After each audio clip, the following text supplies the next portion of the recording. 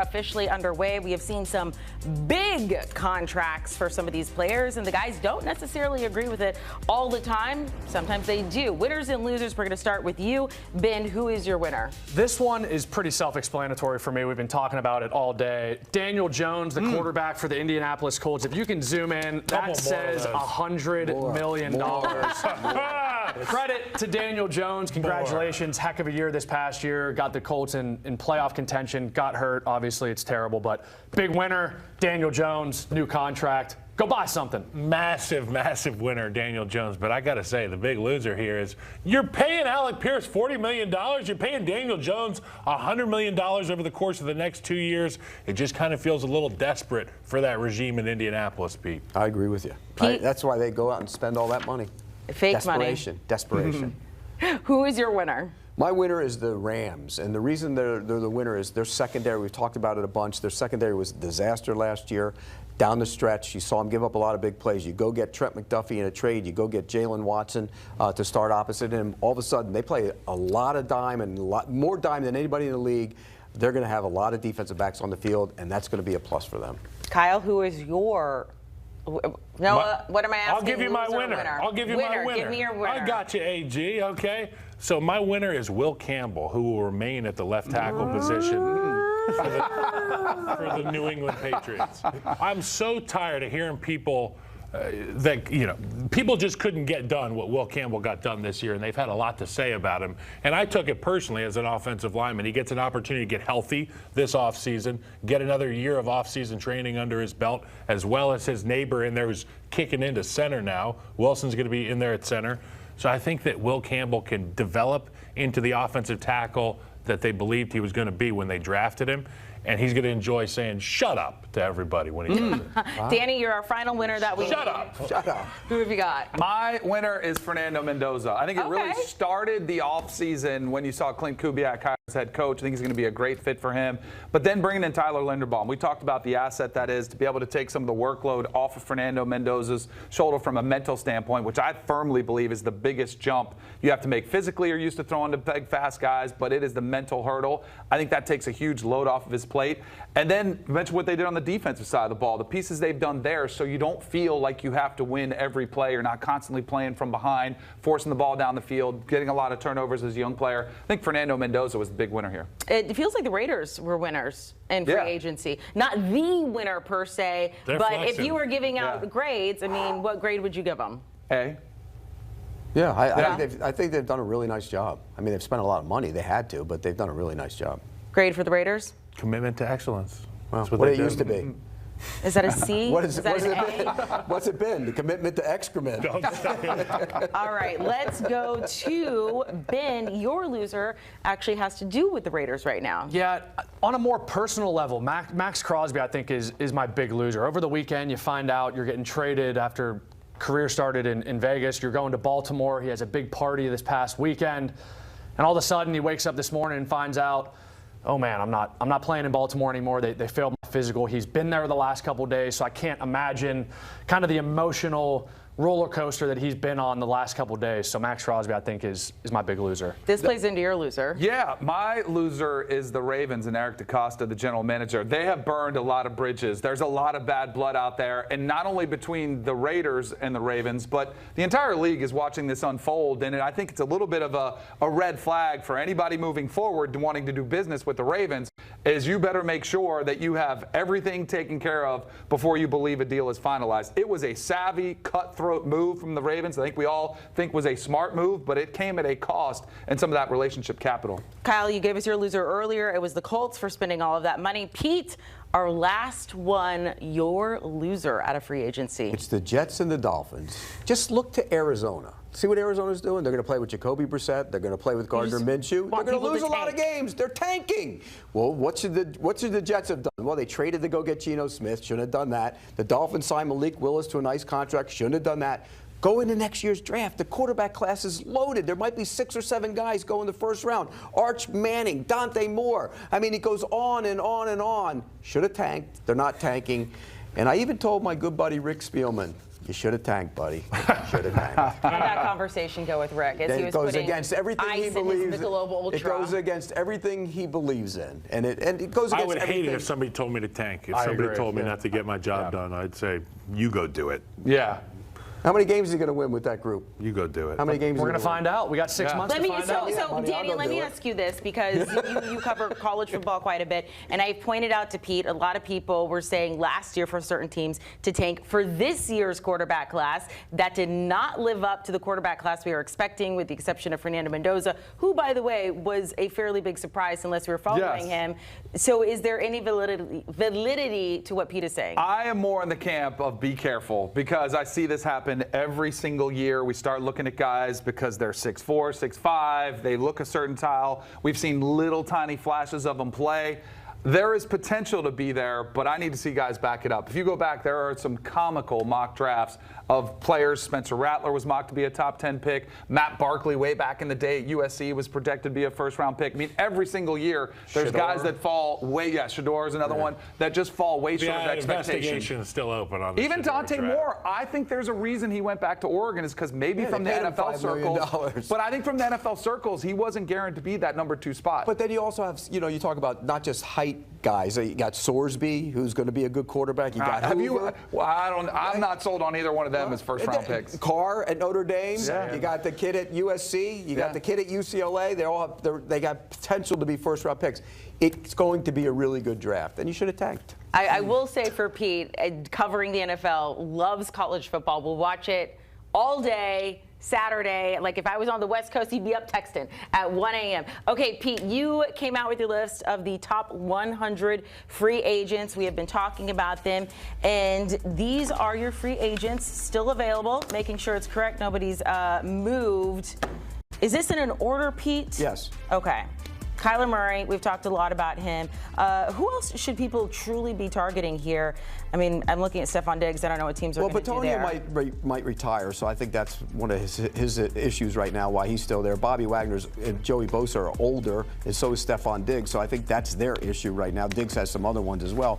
Walker is surprising to me. That one's surprising to me because he's a good pass-blocking left tackle who's still out on the market. He's 26 too. Yeah. And I he's thought not the great to run Patriots game. were a spot for him It makes sense. and move Will Campbell. It makes sense, but Yeah. they've probably listened to him. Right. They don't want to move him. They're scared of you.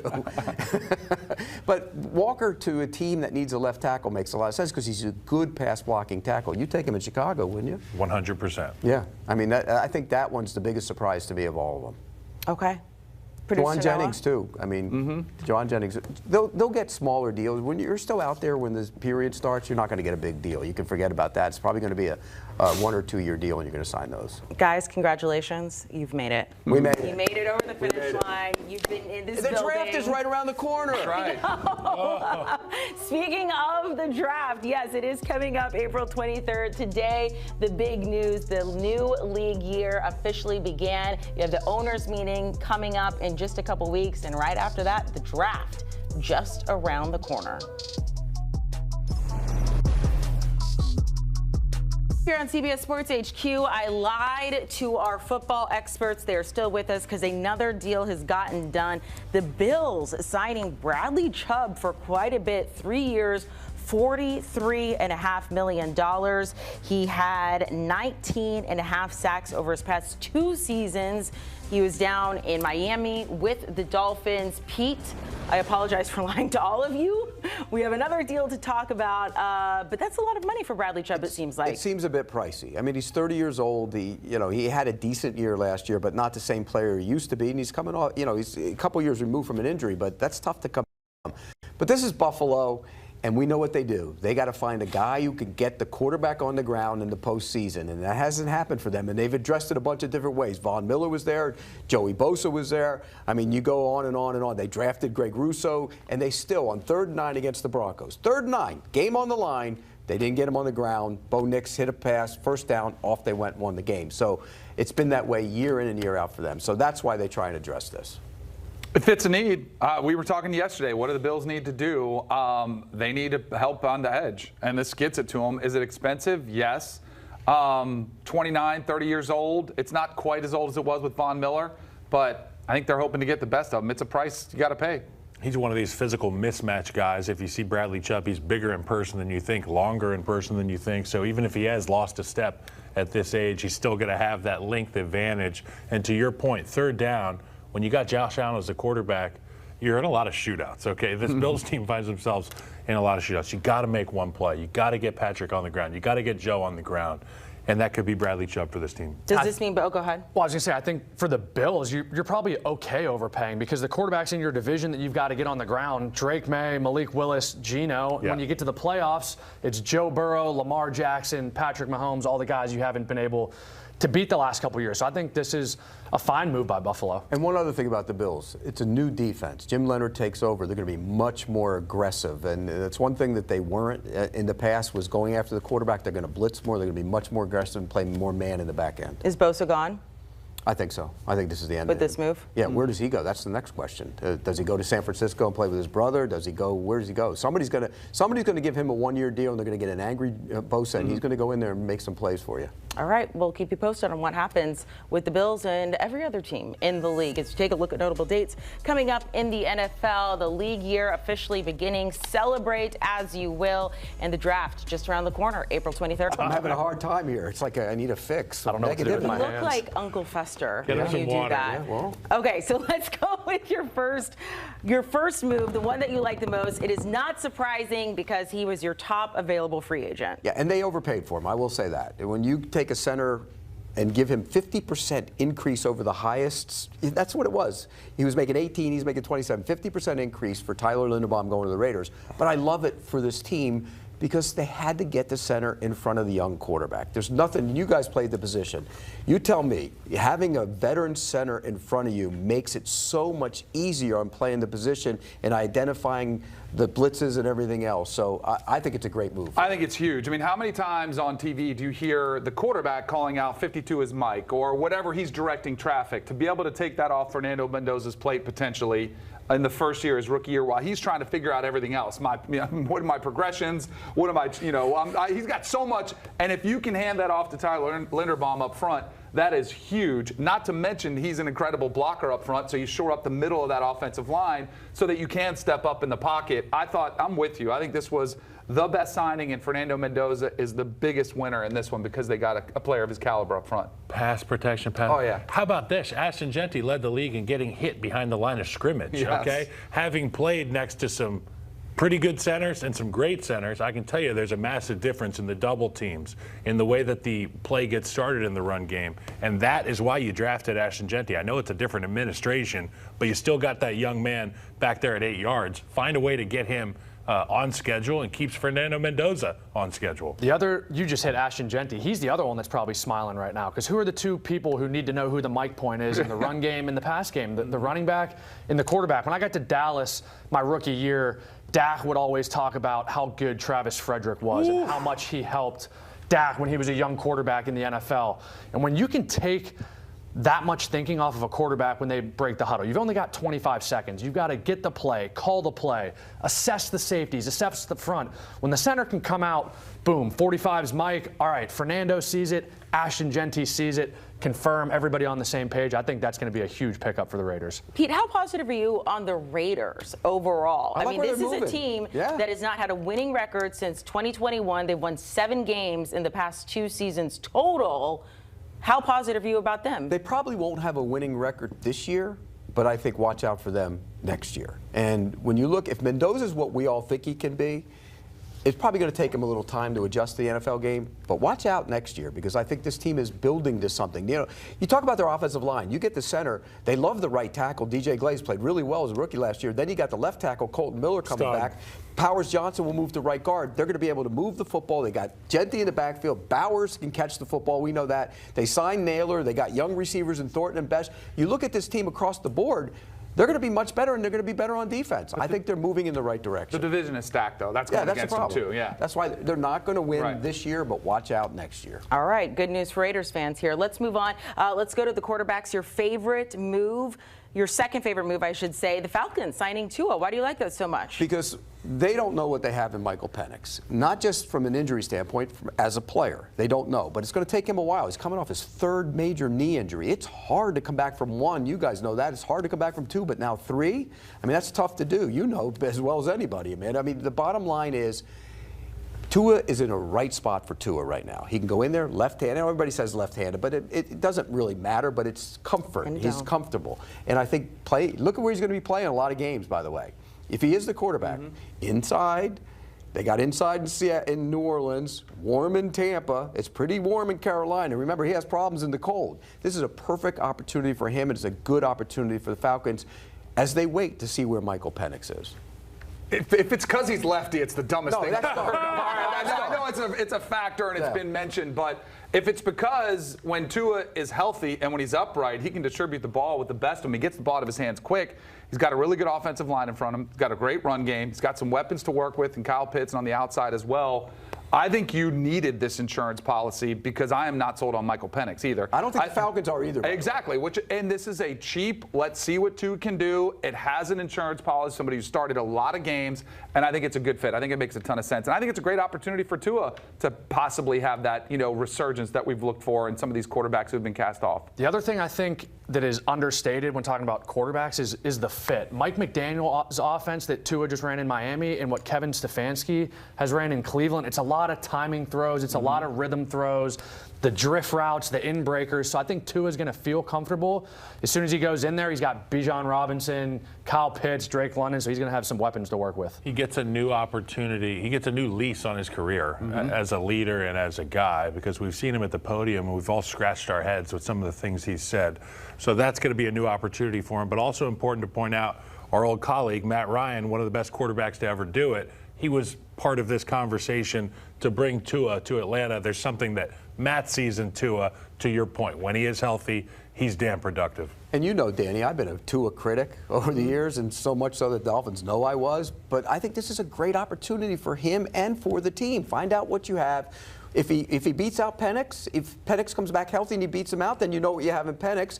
And if he plays well, then you might need to keep him for the future. So I think it's a win-win for both of them. All right, let's stay in the division. Another move you like has to do with the Tampa Bay Buccaneers. What is it? Alex Anzalone. He's a good playmaking linebacker. And one of the problems with Tampa Bay over the last couple of years has been the fact that they don't cover very well at the linebacker position. They haven't run very well there. They've given up a lot of big plays. When you look at Anzalone, he comes in, you get him on a cheap. It's not that expensive. And he comes in and he's going to be a starter and a guy who can go sideline to sideline. I think this is a great move for Tampa Bay. I really do, because I think their linebackers have been an issue. Look, and Levante David, I love him. He's one of my favorite guys who ever came out in this league. He hadn't been the same. He hadn't been the same, and he's probably going to retire, so you need to get somebody in there. I know that everybody in the NFL watches this show and watches you, and apparently the Rams paid attention. You said the number one thing they needed was cornerback help, and they got it. Yeah, I love what they've done with corners. And Jalen Watson, they've made the trade for McDuffie. That's great, but signing Jalen Watson, he was fantastic last year for Kansas City. Quietly had one of the best years of the corners in this league. And you go out and get him in your prime. You look at what the Rams did at the end of last year. Couldn't cover anybody. Didn't tackle very well at the cornerback position, gave up a ton of big plays. Now you get McDuffie and you get Watson. All of a sudden you look at their secondary. Quentin Lake comes back. They paid him to come back. They played Cam Curl to come back. They're going to be good in the secondary. And you love that rush. They're going to be able to get after the quarterback. That defense is going to be nasty. Guys? I agree with Pete. As you should. Okay, guys, hang on just a second here. We're going to take a quick break talking about free agency on the other side, but also what does it mean for some of the players in the draft? We'll tell you coming up. $100 million. That is going to get done. A deal, though, that is not. Max Crosby, JJ, before we were on air, we were talking to Pete about, you have the legal tampering window and then this open window and then people get signed. And Max Crosby got caught in the middle of that. Yeah, he did. And, one of the interesting points about all of this, about Max Crosby, let's be clear, the Ravens were within their rights to pull out of the deal, right? Legally and all that stuff. There's not going to be any sort of the league isn't going to step in and give the Raiders draft picks or hand them a player. Like it's over and done with. So there's that. What a lot of people have brought up to me, though, is the fact that when you were sending 2-1s for the first time in franchise history, they had never even sent one first-round pick. So now you're sending 2-1s, and you're doing it on a Friday for a guy who just had meniscus surgery, less than 2 months ago. Why are you waiting until Tuesday afternoon to get him in the building to have your doctors evaluate him? Free agency's already hit the second wave at this point. Tyler Linderbaum's already out the door. Alohi Gelman and Charlie Kohler and Isaiah Likely and a whole bunch of other guys, they're out the door now. And so if something were to come up in that Tuesday examination, you're kind of screwed. And they could have been really screwed if Trey Hendrickson would have signed with anybody on Monday or even Tuesday morning. But, he didn't. And so they weren't. And so they could pivot. And so I know a lot of people are talking about how shady it was by the Ravens, and we're finally going to hear from General Manager Eric DeCosta in just a little while. Very excited to hear from him, what he has to say. Some tough questions coming his way, but of course, questions can come. They have Trey Hendrickson. If they did not have Trey Hendrickson, if he was gone on Monday, like JJ said, would Max Crosby have passed his physical? Yes. 100%. You could pass whoever you want to on the physical. That's the bottom line. You just talk to as many guys in this league, and JJ talks to bunches of them. You could pass whoever you want to. If they wanted Max Crosby, they would have said, "Oh, the leg's great." They didn't want Max Crosby, so Trey Hendrickson came available. You don't have to give up 2 first-round picks. They backed out of the deal. It was buyer's remorse, and so here. I sent this tweet out today. 2 first-round picks, a lot more valuable than your reputation around the league, because their reputation is taking a beating right now. As mentioned, look, they're still going to have the physicals, even if that tampering window went away. And I've had people ask me, well, what's the difference? Why are we saying all these deals are getting done, but then they're not official till Wednesday? Are you guys in agreement with Pete that that's silly, that window needs to go away? Yeah, 1,000%. I thought once stuff hit, Instagram, it was official. I mean, I had no idea you could rescind some of this stuff. I mean, when's the last time we've seen, if ever, a player of this caliber along with 2 first-round picks, a trade like this go through and then a couple days later say, oh, wait a second, let's hold the brakes. We've had guys who backed out of a deal. Remember, I forget, who was it? Anthony Barr, I think, backed out of a deal once. He agreed to it and backed out of it.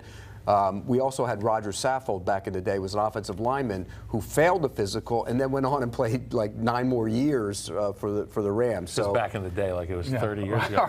Roger Saffold was an All-Pro like 4 years ago. Back in the day. I mean, the Ravens have done this 4 times in their franchise history. The way I look at these windows, I mean, I see deals announced on Monday when it's only been open. I mean, clearly there's conversations that take place all offseason leading up to that moment so that they're negotiated and ready to go. I don't think it matters when the window is, when it isn't. I think they're going to happen earlier because people want to get to be the front of the line. If you're a hot commodity like Tyler Linderbaum, there's going to be a massive opportunity. You're probably going to be the first. That was the first big one we had. I don't think this. And even if there was just one window, they still would have to want you to come in and have a physical. But here's why it matters, okay? Because the Raiders were operating with the idea that they had the 14th pick. They had the Ravens pick, right? Or whatever. I think it was 14. So they had the Raiders pick in addition to their own. So you go and look at the draft. You say, hey, I can get this player at that position because it's loaded up. So let's go into free agency and sign this guy. And now they don't have that pick. So the position maybe they were waiting for in the draft isn't one they addressed in free agency, and so you have a problem from that standpoint. I just think it's a trickle-down effect. Yeah, and you have that problem. They had that problem for like 4.5 days, right? They thought they had the 14th pick since Friday night, and then they found out on Tuesday night they didn't have it, right? So nothing was really lost.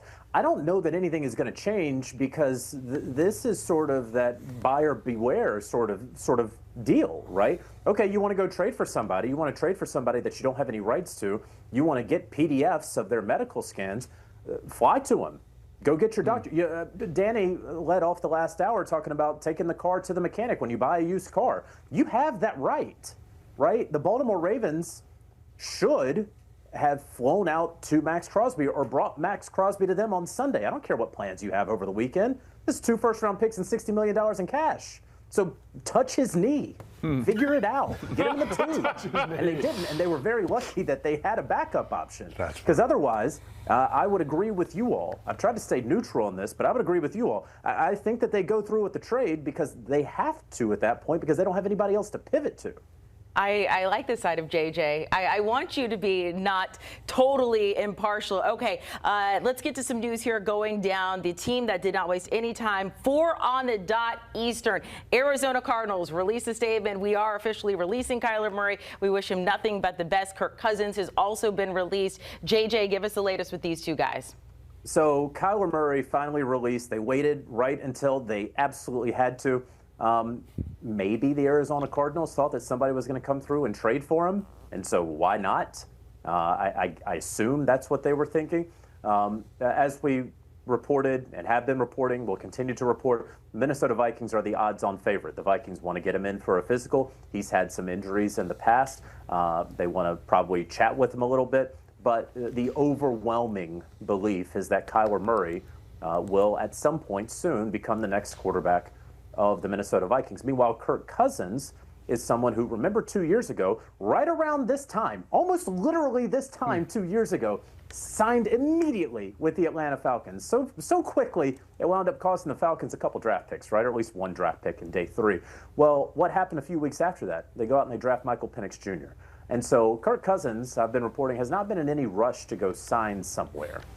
So it may be a little while. He wants to see where the chips are going to fall, who needs a veteran quarterback, who wants him, who will value him, where he fits in, rather than rushing in somewhere for some extra coins, but then maybe winding up in the same position that he was in 2 years ago. We've talked plenty about Kyler Murray, so let's talk about Kirk Cousins here. What's the best situation for him? If you're him, what do you do? Wait. Wait and see what happens. Wait and see what happens with the draft. The draft is all for the quarterback position. See, where Ty Simpson goes. If the team misses out on him, thought they could get him in the second round, he goes in front of him. I think if you're Kirk Cousins, you sit back and wait and watch what happens and look for the best opportunity. And I think this could play out a little bit longer as some of these situations unfold. Yeah, I mean, I wouldn't be surprised if we didn't see Kirk Cousins at the very beginning of training camp somewhere. Right. Like he could be hanging out in Orlando during training camp, which is a nice place to be as a veteran, not at training camp. But then, as you stated, he's going to have his pick. I mean, depending on what these teams do in the draft, depending on the health situation with some of these guys. Kyler Murray has, had a number of years where his lower extremities have been injured. So we don't even know if he's going to pass that physical that the Vikings put in front of him. I still think Arizona is a potential landing spot. I know they signed Gardner Minshew, but that's more of a backup salary that he's getting. Tanking, baby. Tanking. What are they tanking for, Arch? Yeah. What about the Pittsburgh Steelers? If that's a great Rodgers, right? The Steelers are waiting on Aaron Rodgers. Kirk Cousins could be one of these guys that say, hey, I want to see what Rodgers decides to do. Mike McCarthy, a veteran coach who's been there, done that with some of these quarterbacks and has a proven track record of making guys play well. So yeah, if I'm Kirk, there's absolutely no rush. No red flag at all that the Vikings aren't showing any interest in trying to get Kirk Cousins. I mean, because he was there. Not if they get Kyler Murray at 1.3. I think you get a free look at him for the What do you think Kirk's getting? Not a lot more. Let me ask you this when it comes to Kyler Murray, because as JJ's reported, it does appear that he will be a member of the Minnesota Vikings. Malik Willis was available at one point, no longer. Now with the Dolphins. Pete, who would you rather have had, Malik Willis or Kyler Murray? With the price being what they are, no question about it, I'd take Kyler Murray. I don't think there's no question at all. Because, look, you're projecting, we've talked about it a lot with Malik Willis. You don't know really which Kyler Murray you're getting, the mature one or the one who's had some issues at Arizona, but he's put up some really good tape at times, some bad tape as well. But there's a lot of it. There's not a lot of it on Malik Willis. So personally, for the money being what it is, I would have taken Kyler Murray. For Minnesota? Absolutely. Or for anybody. I agree. I like Miami taking a swing at him. They're very familiar with him. It's not too costly. You get kind of a look at him. But at Kyler Murray, at his value, there's a floor on what Kyler Murray could be. Like we talked a lot about, does he get it? Does he get what it takes to be a franchise quarterback? He's completed 67% of his passes throughout his entire career. He's got a 2-to-1 touchdown ratio. Like even though he's got a little bit sloppy at times, you know what you're going to get. Malik Willis, we don't know the floor. Like it could bottom out, and it's like, what do we do? With the Kyler Murray, at least you know what you got. So, but I think you do. I don't know who you think has more upside. Because it could That's be the question, right. in my that opinion. I'm in the minority. We're at the tip of the iceberg I don't think with Malik has Willis. a ton of, Right. We're at the very tip of the iceberg. We are begging to see more iceberg from Kyler Murray, and it's already a pretty good-looking iceberg. Right. I'll say this. The Dolphins aren't in position to go win that division, let alone make a run at a Super Bowl next year. So you get Malik Willis there, and if he does play a good year, you guys look like geniuses. You probably get a good draft pick. Next thing you know, Dolphins have reloaded. If there is somebody who's going to have any idea what Malik Willis projects to, it's Jeff Hafley, who's new head coach, was the defensive coordinator last year. If Malik Willis was the backup for a majority of the year last year in Green Bay, he's the one who was running the scout team and going against the Packers starting defense every day. So Jeff Hafley said, hey, I've clearly saw enough of this kid throughout practice, throughout training camp, and the couple games that he got to play last year to say, hey, this is worth our time. This is worth our investment. And I think at some point on the other edge, like for Kyler, you just kind of are what you are at this point in the league. He's put a bunch of stuff on tape. He's thrown it out there. Like the commitment issues, are there some question marks? I think there's just less red flags about Malik Willis at this point, and so much about the quarterback position in the NFL is the word we've been throwing around all week, potential. And I think Malik Willis and they they know, not only they know what he did in practice, they know his work ethic. They know what time he was in the building, how much time he was staying afterwards, his relationship with his teammates. By all accounts, he's been a great dude, a great pro, so they know exactly what they're getting from that standpoint. John Robinson, who drafted him in Tennessee, is now in Miami. So it makes sense. They're all familiar with him. And we've seen a lot of that in free agency, by the way, guys bringing in their old players and stuff. And that you get comfortable with guys, and they're comfortable with Malik Willis. Look, you watch his tape, there aren't a lot of plays where he goes back and goes into the pocket and stands there and makes throws. There's a lot of quick throws to the outside. There's a lot of runaround throws. There's a lot of things he does well. He's great when he runs. I mean, don't get me wrong. He's dynamic when he runs the football. But we all know, and you guys know better than I do, that game, you got to stand there and go through your progressions and your reads and get the ball out of your hands. To be fair, though, if you're throwing 25 passes a game, how many are you just going to take a three-step drop hitch and throw the ball? I don't think there's many. So much of today's game is I got to make a move in the pocket. How many times did we see Caleb Williams down the stretch last year, spin left, go make a play, Mahomes, Josh Allen over the years? So I think the positions changed, the athletes changed.